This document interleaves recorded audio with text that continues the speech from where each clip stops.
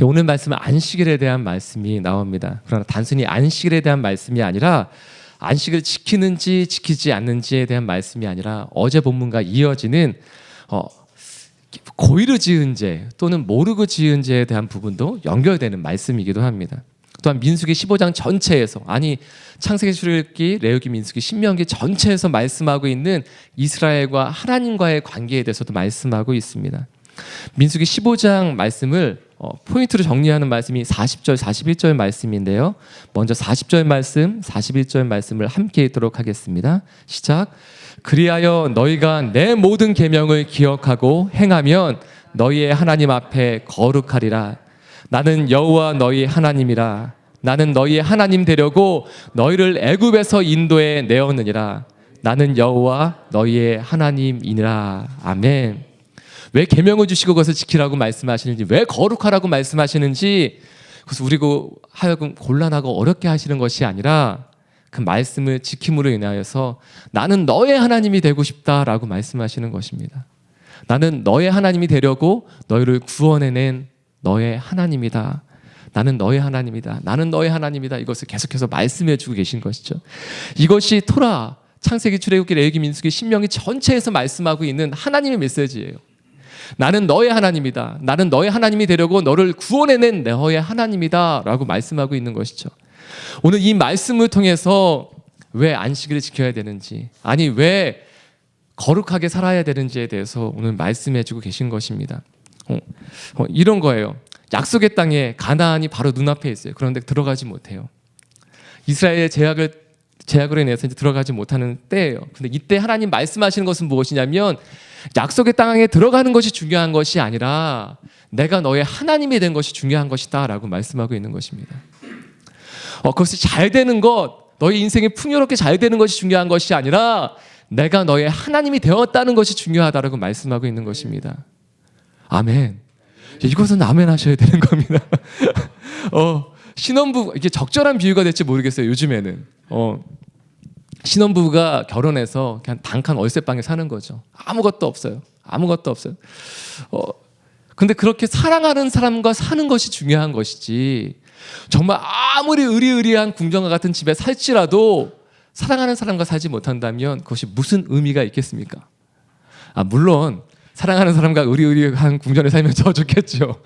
근데 지금 하나님 말씀하시는 것은 가나안에 입성하는 바로 그때, 바로 약속의 땅에 들어가는 이때에 말씀하시는 것은 이게 제일 중요한 거야 라고 말씀하시는 것입니다.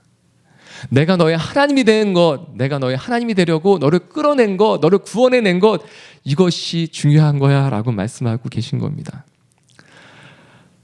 예, 사랑하는 사람과 사는 것이 중요한 것입니다. 예, 혹시 이 말씀을 들으시는 미혼의 형제 자매님들, 아무리 좋은 것, 아무리 좋은 조건으로 살지라도 사랑하는 사람과 살아야 합니다. 사랑하는 사람을 만나는 축복이 있을지어다. 아멘. 조건이 아니라 사랑을 선택하는 여러분이 되시기 시간 축복합니다. 저는 그렇게 선택했습니다.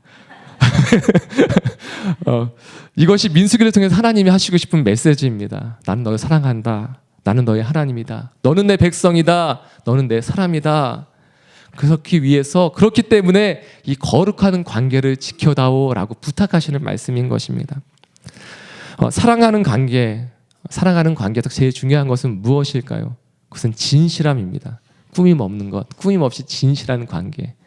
하나님과 우리와의 관계에서도 꾸밈 없이 진실한 관계가 중요하기에 바로 그것이 예배이기에 예수님은 요한복음 4장 23절 24절에서 이렇게 말씀하시는 것입니다. 하나님의 영이시니 하나님께 예배할 땐 영으로 예배하고 또한 진정으로, 신령과 진정으로, 너희가 영과 진정으로 예배할지라고 말씀하시는 것입니다. 꾸밈 없이, 거짓 없이 진실되게 예배해야 된다.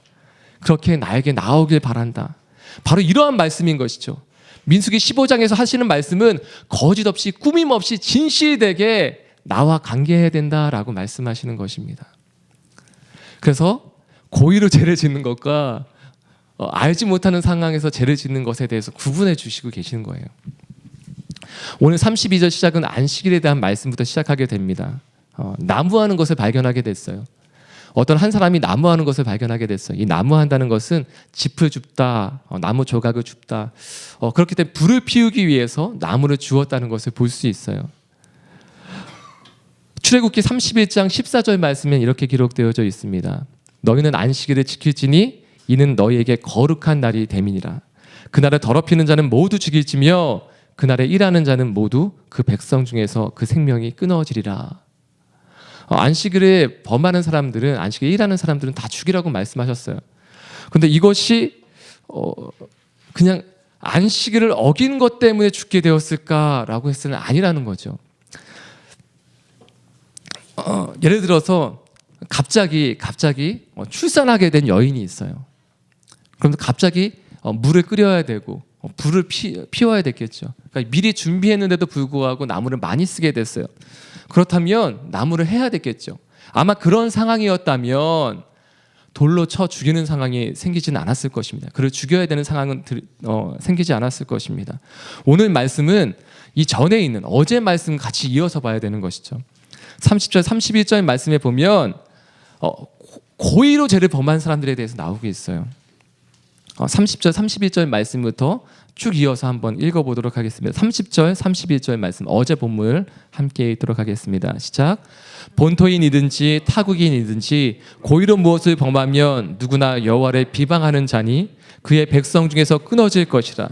그런 사람은 여호와의 말씀을 멸시하고 그의 명령을 파괴하였은즉 그의 죄악이 자기에게로 돌아가서 온전히 끊어지리라. 바로 이 말씀과 연결되어서 나오는 말씀이죠. 안식일에 나무를 하는 사람을 발견하게 된 거예요. 이것은 하나님의 말씀을 파괴하기 위해서 고의적으로 나무를 했다는 것을 볼 수 있는 것입니다. 마태복음 12장 말씀에 보면 안식일에 밀밭 사이로 예수님과 제자들이 이렇게 걸어가게 됐어요. 걸어가시는데 제자들이 너무 굶주려서 배가 고파서 그 이삭을 이렇게 잘라서 이렇게 먹는 얘기가 등장하게 됩니다. 예수님과 제자들의 이야기가 등장하게 돼요. 근데 곧 이어서 그 다음 구절은 바리새인들이 보고서 예수님께 당신의 제자들이 안식일에 해서는 안 되는 일을 저질렀습니다라고 고발하는 부분이 나옵니다. 이때 예수님 뭐라고 말씀하시느냐? 너희는 다윗의 이야기를 기억하지 못하느냐? 자꾸 왔다 갔다 하는데요. 예수님과 제자들 이야기, 다시 다윗의 이야기. 다윗의 이야기를 기억하지 못하느냐?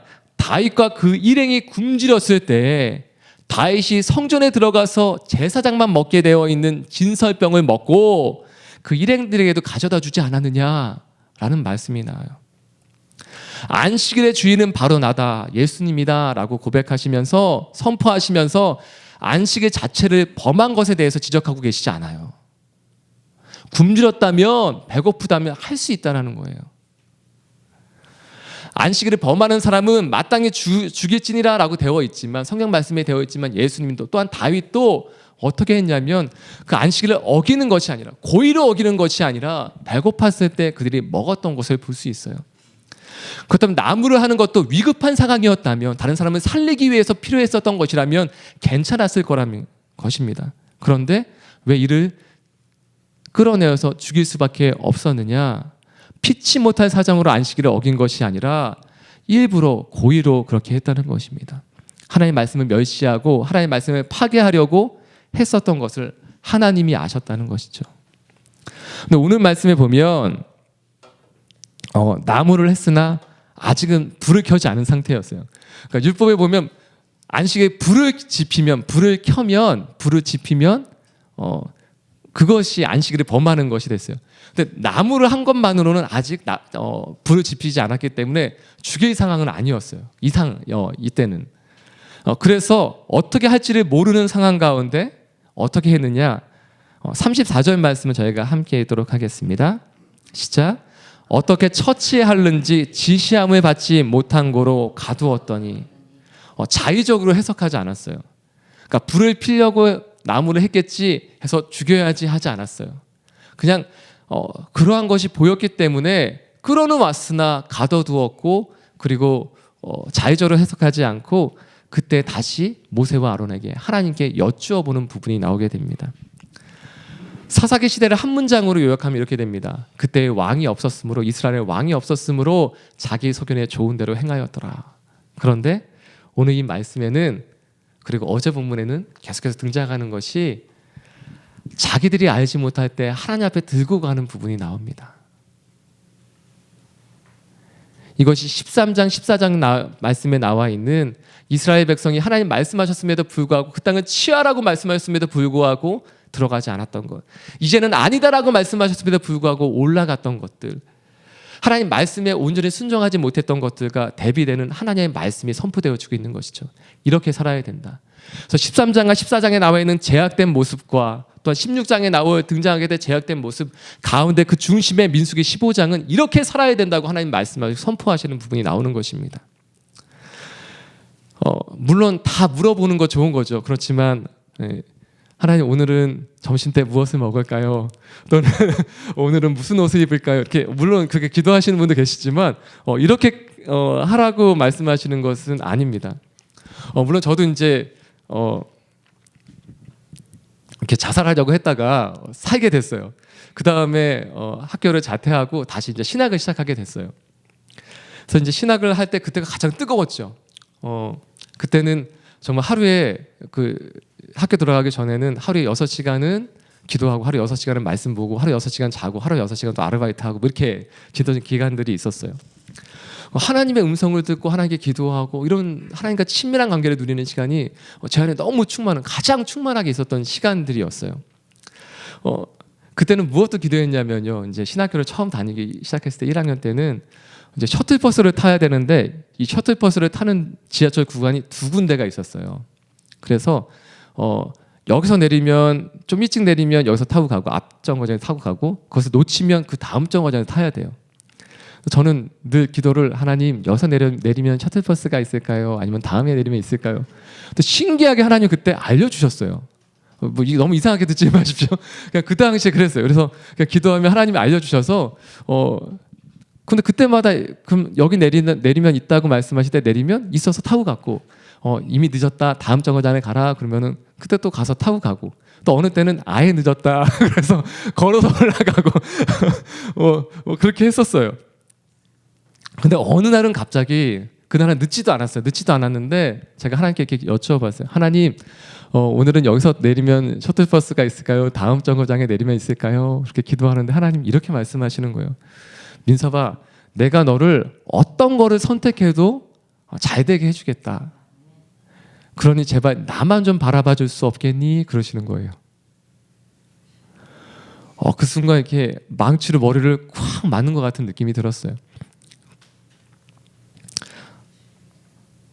네가 A냐 B냐 구하는 게 아니라 네가 뭘 선택해도 그냥 잘 되게 해줄 테니까 그냥 좀 나만 좀 바라봐 줄 수 없겠니? 그러는데 죄송합니다. 이런 표현 써서 그러는데 미치겠는 거예요. 이 속 안에서부터 막 그때부터 그 전철 안에서 막 이렇게 울기 시작한 거죠. 하나님 죄송합니다. 그리고서 그 학교로 올라가는 그 길에 계속해서 울면서 회개하면서 기도했던 시간이 기억이 나요. 하나님의 음성을 듣는다고 하면서 하나님의 뜻을 구한다고 하면서 결국엔 제 욕심대로 하나님의 뜻을, 하나님의 음성을 사용했던 기간들이 있더라고요. 근데 하나님은 나에게 요청하시는 것이 그냥 나만 좀 바라봐 줄 수 없겠니? 하나님 우리를 그냥 온전히 우리 자체로 바라봐 주시는 것처럼, 제가 어제 말씀에 나누었던 것처럼 죄라는 것은 하나님을 바라보지 않는 것입니다. 하나님 바라보는 그 시야를 벗어난 것이 죄악입니다. 시야가 우리의 시선이 다른 곳을 향하게 되는 것입니다. 그렇다면 거룩은 무엇입니까? 그것은 하나님을 온전히 바라보는 것입니다. 네. 37절부터 39절까지의 말씀에는 하나님을 기억하기 위한 방법이 기록되어져 있어요. 옷단에 술을 만들어서 청색글을 달아서 이렇게 움직일 때마다 보는 거죠. 내 자신이 움직일 때에도 보는 거고 상대방이 움직일 때도 보는 것이죠. 계속해서 하나님이 나의 하나님이라는 것을 기억하게 하시는 것이죠. 예, 오늘 말씀은 그러한 말씀입니다. 내가 너의 하나님이다. 내가 너의 하나님이다. 내가 너의 하나님이다. 이것이 중요한 것이다 라고 말씀하시는 것입니다. 그래서 오늘 말씀은 저희가 40절 41절 말씀 보고 또 함께 기도하며 나아가길 원합니다. 40절 41절 말씀을 저의 마음을 다해서 함께 고백하고 선포하길 원합니다. 함께 읽겠습니다. 시작. 그리하여 너희가 내 모든 계명을 기억하고 행하면 너희의 하나님 앞에 거룩하리라. 나는 여호와 너희 하나님이라. 나는 너희의 하나님이 되려고 너희를 애굽 땅에서 인도해 내었느니라. 나는 여호와 너희의 하나님이니라. 아멘. 하나님 우리 가운데 그걸 말씀하시고 우리가 또 응답하는 시간이 되길 소원합니다. 시간 함께 기도할 때 이렇게 기도했으면 좋겠습니다. 네, 주님, 내가 하나님의 자녀입니다. 하나님의 백성입니다. 하나님의 신부입니다. 하나님의 친구입니다. 하나님 그렇게 살게 해 주십시오. 하나님의 순결한 신부로 살게 해 주십시오. 하나님의 신실한 친구로 살게 해 주십시오. 온전히 하나님께 메인바된 자녀로 백성으로 살게 해 주십시오. 네, 그것이 중요합니다. 내가 어떻게 살는지가 아니라, 내가 무엇을 얻고 소유하고 사는 것이 아니라 하나님이 나의 하나님이 되셨다는 그것이 소중하고 중요한 것입니다. 시간 함께 기도하며 주 앞에 나가기 원합니다. 함께 기도하시겠습니다. 하나님 아버지, 그렇습니다. 이 시간 기도함으로 주 앞에 나아갑니다. 하나님, 주님만 바라볼 수 있는 그 귀한 은혜를 우리 가운데 허락하여 주시옵소서. 예수로 나의 구주 삼고 성령과 피로써 거듭나서 하나님, 세상과 나는 간 곳 없고 오직 구속한 주님만 바라볼 수 있는 그 귀한 은혜를 허락하여 주시옵소서. 하나님, 이 땅의 것들을 바라보는 것이 아니라 하나님, 나의 주님, 나의 예수님, 나를 온전히 구속하시고 나를 살게 하신 그 주님만 바라볼 수 있는 귀한 은혜를 허락하여 주시옵소서. 네, 주님, 사랑하면 되는데, 사랑하는 사람만 있으면 되는데, 사랑하는 나의 주님만 있으면 되는데, 하나님 다른 것에 우리의 시선을 돌리지 않게 하여 주시옵소서. 온전히 나를 사랑하시며 나만 바라봐 달라고 얘기해 주시는 주님, 나만 좀 바라봐 줄 수 없겠니라고 부탁하시는 그 주의 음성에 내가 응답하며 나가게 하여 주시옵소서. 아버지, 주님, 그렇습니다.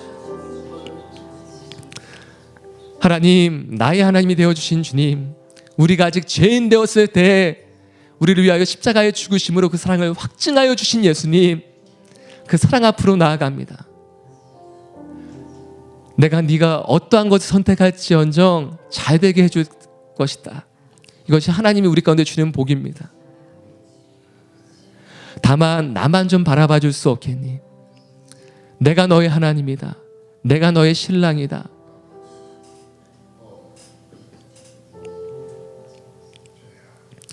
내가 너의 하나님이다라고 말씀하시는 주의 음성에 응답하며 살게 하여 주시옵소서. 예수로 나의 구주 삼고 성령과 피로써 거듭나니 세상과 나는 간 곳 없고 오직 구속한 주만 보이도다.